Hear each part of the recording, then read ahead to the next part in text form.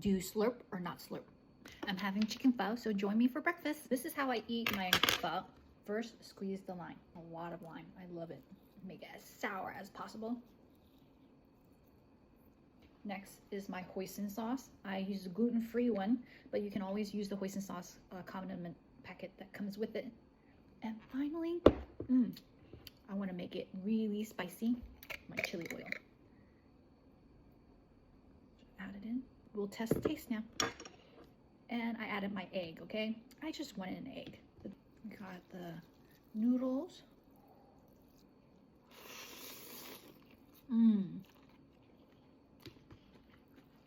Sprouts. Ooh.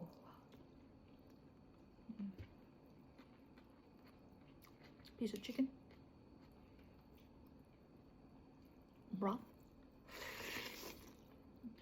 I got my 4-pack in the TikTok shop, so grab it now.